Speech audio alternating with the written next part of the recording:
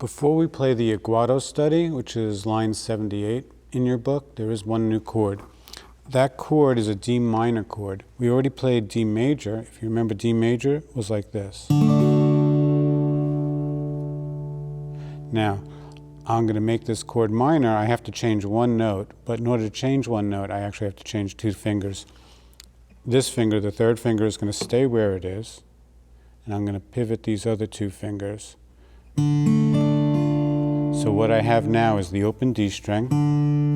I have A, which is on the third string at the second fret. And I still have my D on the second string.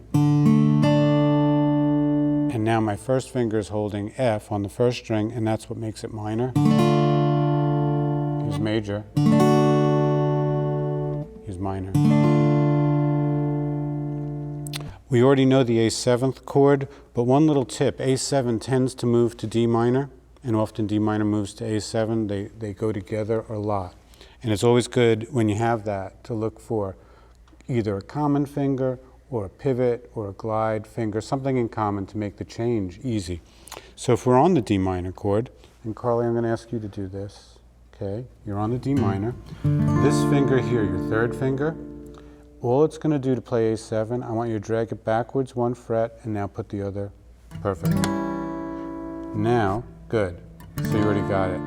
So what Carly's doing is to play the D minor. Okay, now move back to D minor, stay there. The third finger is just going to slide backwards one fret and the other finger goes into position. Yeah, makes it a lot easier than just picking up all your fingers. And go back to that, what do you call it, Bill? The mind? That's right, using the mind's eye. Mind's eye, right. Be able to visualize it. Visualize the chord in your head before you try to get there. One other thing in this song, in the first guitar part, this was originally written, by the way, as a guitar solo, but it's going to take three of us to play it. And in measure 3, there's a pattern to this melody. And in measure 3, in order to play the pattern nicely, we're going to go to the third position. We've already done first position. We've discussed second position, which means your first finger's at the second fret. Third position, your first finger's at the third fret. The reason I want to go up there is this. If you were to play the first measure, and I'm going to play that right now.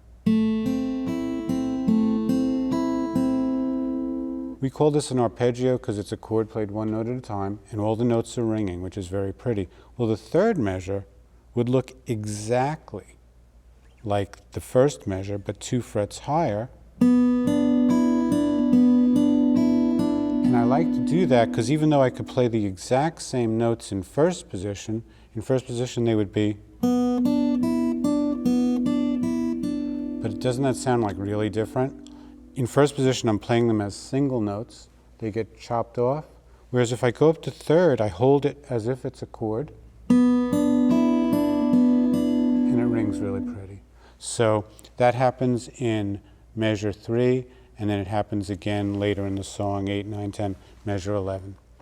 Okay, let's see. I'm going to play that first part. I'm doing that finger style.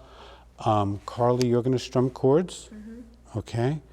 And Bill, you're going to play guitar too. Mm-hmm. Okay. And I'm going to follow the dynamics that are in the music.